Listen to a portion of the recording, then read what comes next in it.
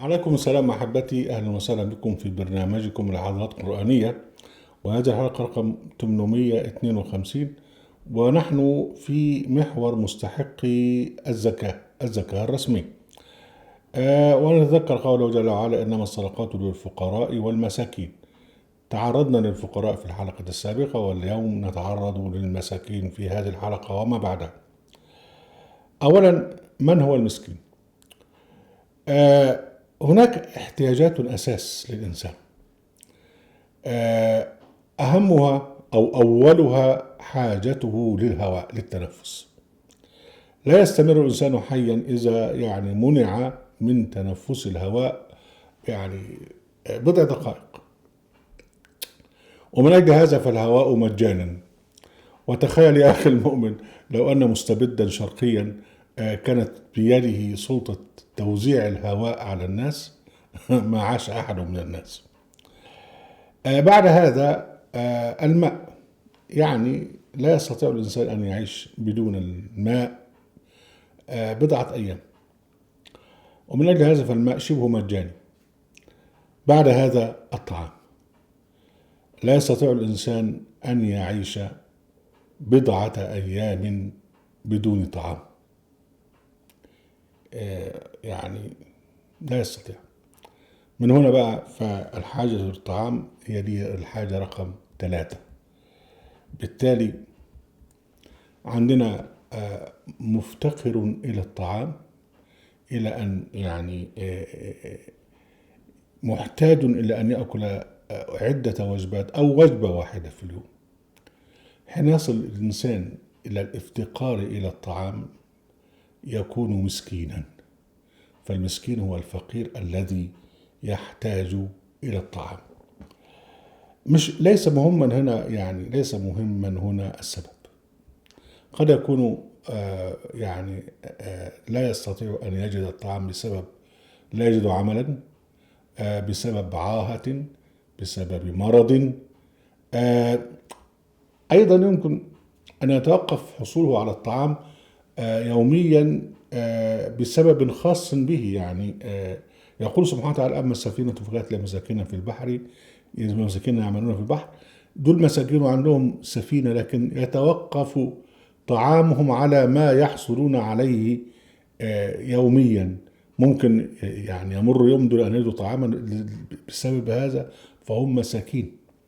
فالمسكين الذي تكون يكون حصوله على الطعام مشكلة له.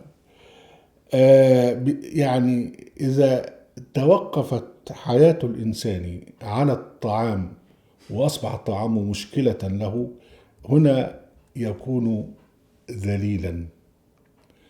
يتخصص المسكين من بين مستحقي الصدقة بالبحث عن إطعامه، بالحث على إطعامه،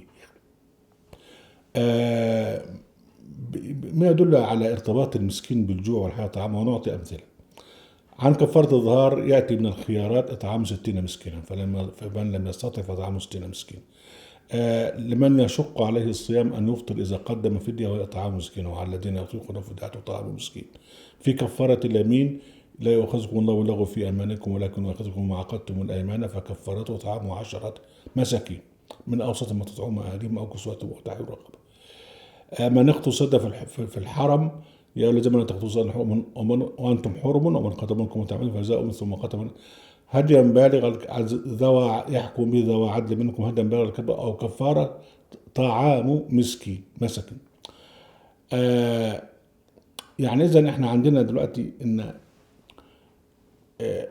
إطعام المسكين بيتردد في الكفارات وفي الفديات، وفي صفات الأبرار: ويطعمون الطعام عن حبه مسكينا ويتيما وأسيرا. ومن صفات أصحاب المنع: وطعامهم في يوم ذي مسغبة يتيما ذا مقربة أو مسكينا ذا متربة. من أصحاب النار صفتهم أن أحدهم في الدنيا كان يقول لك: ولا يحض على طعام المسكين، ويعترفون في النار: ولم نكن نطعم المسكين. ويقال لهم: كلا بل لا تكرمون اليتيم ولا تحاضون على طعام المسكين. ومن صفات المكذبين بالحق: لا الذي يكذب فلذلك الذي يدعو اليتيم ولا يحض على طعام المسكين.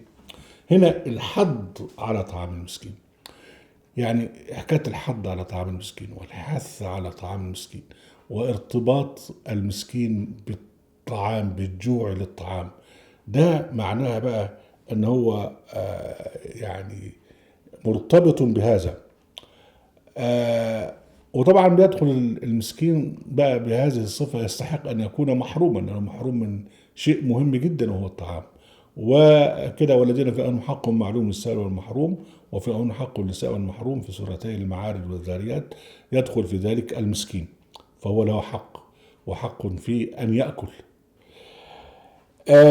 إذا كان يعني الإنسان محتاج إلى الغريزة الأساسية اللي هي الطعام، الإشباع، أكثر من مرة في اليوم، إذن هو يعني معرض لفقد كرامته الإنسانية. من هنا ترتبط الذلة بالمسكنة في اللغة العربية وفي القرآن أيضا، ويعني جاءت في موضعين في سورة البقرة وفي سورة آل عمران.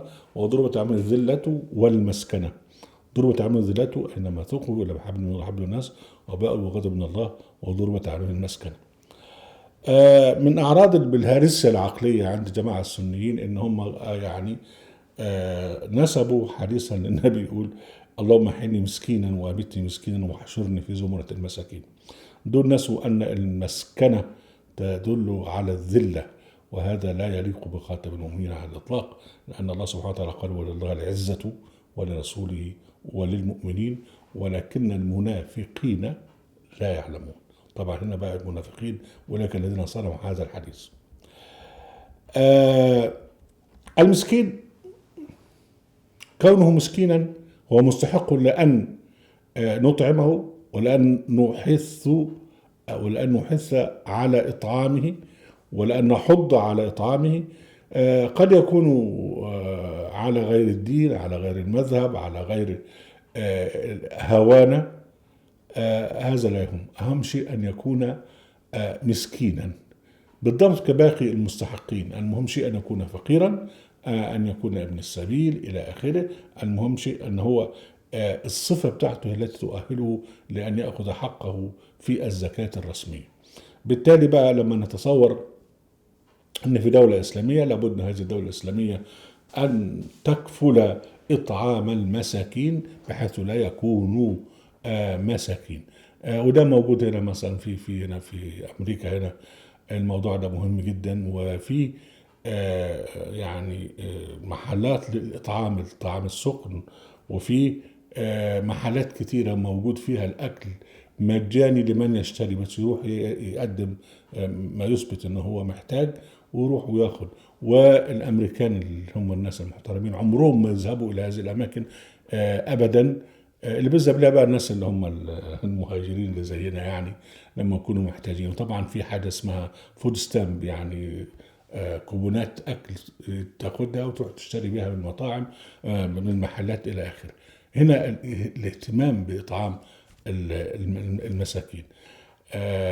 ربنا سبحانه وتعالى قال: ولا يأتلوا الفضل منكم وسعة أن يؤتوا أولي القربى والمساكين والمهاجرين في سبيل الله ولا يعفوا ولا يصفحوا ألا تحبون أن يغفر الله لكم والله غفور رحيم.